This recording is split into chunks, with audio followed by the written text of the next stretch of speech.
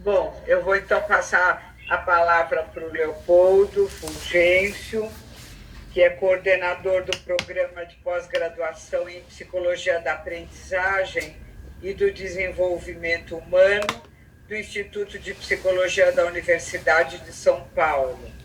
É autor de O Método Especulativo em Freud, Freud e Mach, Influências e Paráfrases, de 2016, o anterior é de 2008, Por que o Winnicott, de 2016, Psicanálise do Ser, de 2020, e organizador de A Bruxa, Metapsicologia e Seus Destinos, de 2018, onde reúne alguns de seus artigos publicados no International Journal of Psychoanalysis, em seu diálogo com Richard Simank, Antônio Imbachati e Martine Girard, sobre a metapsicologia, dentre outros títulos e artigos.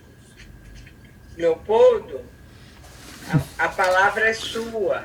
Bom, em primeiro lugar, eu quero agradecer o convite de vocês, sempre gentileza do Paulo, com quem me aproximei e o tenho como um irmão, assim, um irmão mais velho, e com quem não só aprendo muito, mas como partilho a existência e o pensamento.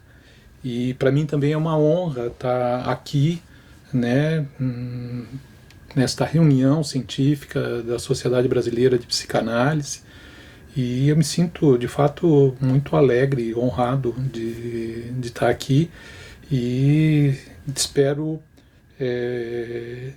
contribuir aí um pouco para essa monumental obra do Paulo e com os colegas aqui onde a gente pode partilhar essa situação. Os meus hábitos acadêmicos me levam sempre a escrever as coisas, né? Eu tenho uma certa, ainda que estude bastante o Winnicott, ainda não cheguei a ter aquela espontaneidade de falar livremente, né? Mas então eu vou ler algumas coisas e apresentar alguns comentários depois de ter recebido esse convite, de ter recebido o livro de Paulo, que eu já conheci em inglês, mas foi uma alegria tê-lo em português nas mãos. Então, eu quero fazer os seguintes comentários, assim, muito, talvez um pouco escritos, mais soltos, assim, né? Que foram me passando enquanto eu fui lendo, né? Já há algum tempo, quando eu era bem mais jovem, eu fiquei profundamente impressionado com a declaração d'Alembert e Diderot no volume 1 da Enciclopédia ou Dicionário Razoado das Ciências, das Artes e dos Ofícios, quando eles declaram as suas intenções. Eles dizem assim, que o objetivo deles é reunir os conhecimentos dispersos pela superfície da Terra, expor o seu sistema geral aos homens com quem vivemos e transmiti-los aos que virão depois de nós, a fim de que os trabalhos dos séculos passados não tenham sido inúteis para os séculos vindouros. Fim de citação. Eles propunham uma tarefa sabidamente impossível, mas como um ideal a ser perseguido por todo homem que acredita no homem, mesmo que a consideração do inconsciente, já bem antes de Freud, tenha colocado areia nesse caminhão. Desde então, essa declaração de intenções nunca saiu da minha cabeça. E, ao me encontrar com esse dicionário escrito por Paulo, ela foi iluminada. Em 1905, no caso Dor... Estão me ouvindo? Posso continuar? Está tudo bem? Eu peço a todos que desliguem seus microfones, tá? A gente está tendo um pouco de ressonância. Ok. Em 1905, no caso Dora, o Freud escreve o seguinte: ora, eu penso que o médico não assume somente deveres em relação a cada um de seus pacientes, mas também em relação à ciência. Em relação à ciência, não quer dizer, no fundo, outra coisa senão em relação aos numerosos doentes que sofrem ou sofrerão um dia da mesma coisa. Em 1913, reconhecendo o custo existencial que a neurose representa, Freud escreve: nada na vida é tão caro quanto a doença e a ignorância. Fim de citação. Não seria de todo incorreto considerar a ignorância, ou numa forma mais pejorativa, a burrice, como um dos efeitos da neurose, um constrangimento mental na capacidade de pensar, amar, trabalhar e aproveitar da existência. Por outro lado, a ignorância nada mais seria do que o constrangimento, a parcialidade, a limitação do pensamento. Para Freud, a psicanálise seria fundamentalmente um tratamento que visa libertar o paciente da sua ignorância sobre si mesmo, devolvendo-lhe uma maior possibilidade de ação para amar, trabalhar e aproveitar da existência. Lembrando a célebre frase de Freud, lá onde id está, ego deve advir. Ou ainda, noutros termos, cito Freud, poupar o paciente da despesa psíquica que tem em função de seus conflitos internos. Eu retomei tudo isso, uma coisa que vocês conhecem já profundamente, né? Mas para marcar algum ponto aqui, então a função da psicanálise seria poupar essa despesa psíquica em função da ignorância que o paciente tem sobre o seu próprio mundo ou seus próprios conflitos. A psicanálise seria, pois, um antídoto para a ignorância, um pai dos burros para nosso dicionário afetivo pessoal, contribuindo para libertar o paciente de seus constrangimentos na direção de aumentar sua possibilidade de pensar, amar, trabalhar, relacionar-se consigo e com o outro. Este livro de Paulo, que está lançando agora em português, contribui de forma efetiva tanto para o ideal enciclopédico, reunir o conhecimento para que gerações futuras possam tirar proveito disso, quanto para o objetivo da psicanálise, nos poupando um esforço psíquico imenso na tarefa de aprimorar nossos instrumentos de pensamento e ação no trabalho analítico. Um remédio contra a nossa ignorância. Além disto, é importante lembrar que elaborar um dicionário é um gesto de generosidade. Ou alguém acha que o tempo de vida colocado para construir um dicionário não seja e tenha um custo elevadíssimo de tempo de vida, nosso bem mais precioso e mais limitado. Trata-se então de um tempo de vida enorme do Paulo, despendido e dado a nós, aos outros homens. Não há glória, vanglória ou elogio que compense tal doação. Me dedico agora a comentar um outro aspecto da estrutura deste tipo de instrumento para pensar, lembrando que pensar para Kant é pensar por meio de conceitos.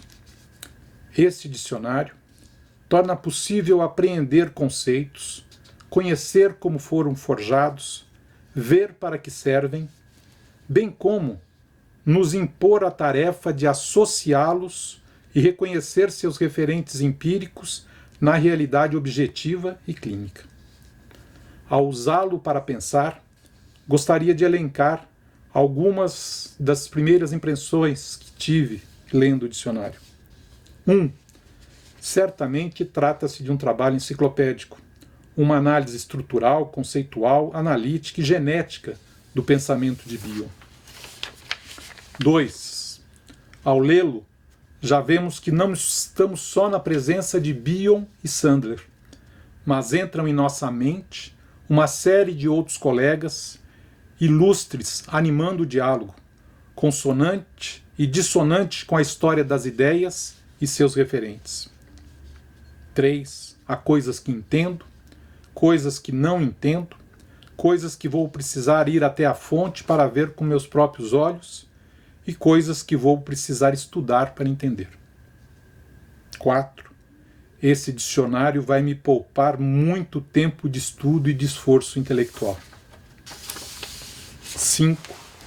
O dicionário foi escrito de modo artesanal, sem o uso de robôs ou dispositivos que friamente agrupam palavras e suas repetições, por um homem que gosta do autor, se identifica com ele, mas também que, como todo artesão, o faz à sua maneira, com suas marcas, vez ou outra incluindo um traço, uma associação, um comentário, e uma série de associações e argumentações que não estavam na matéria-prima na qual estava trabalhando.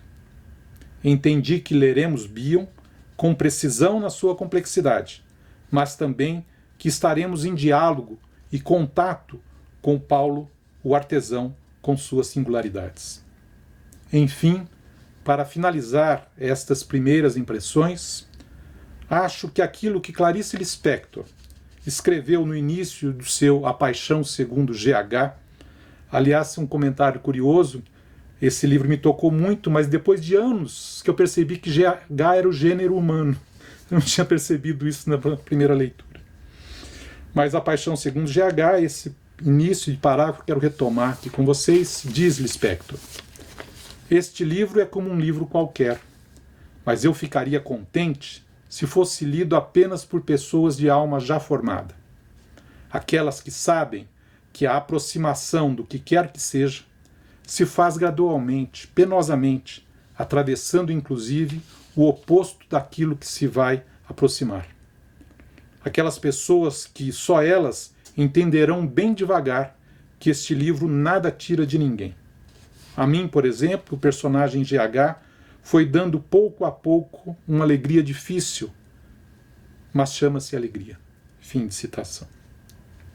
A alegria a qual o dicionário de Sandler nos torna possível acessar é a alegria espinosista, onde o entendimento nos leva ao maior conatus existencial.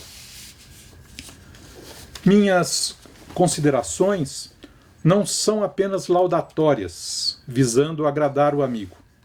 Ele mesmo não me perdoaria mentir só para agradá-lo. Aliás, faria algo inútil, além de perder o amigo. O que quero ressaltar na obra é sua possibilidade de colocar temas, problemas e fenômenos para serem discutidos. Fui atrás de temas que me são próximos e caros, fazendo perguntas que esperava encontrar resposta consultando, tais como: a relação com o objeto subjetivo e com o objeto transicional em Winnicott, será que dizem respeito ao mesmo fenômeno que Bion se refere quando diz reverie? Será que Kant estaria de acordo com Bion na sua compreensão dos fenômenos inoúmenos? Será que a coisa em si pode vir a ser um objeto para o pensamento psicanalítico? As entradas e desenvolvimentos do pensamento se multiplicam em redes que nem a internet, nem os computadores poderiam aprender, pois são redes humanas, redes de associações não lineares, não binárias, levando à necessidade do diálogo e das sínteses pessoais. Fernando Pessoa criou heterônimos para poder conversar. Sandler criou um dicionário para ter uma multidão com quem dialogar. Enfim, cada leitor ampliará sua lista de temas, tendo o dicionário diversas entradas e caminhos para isso. Temos agora a quem sempre recorrer para combater nossa ignorância. Agradeço ao amigo pelo presente e pela oportunidade de comentá-lo. Obrigado. Obrigada, Leopoldo. Uma fala muito inspiradora. Olha, Paulo, eu vou devolver a palavra para você, que eu vi que você tem uma série de referências que eu penso que você gostaria de comentar em relação às falas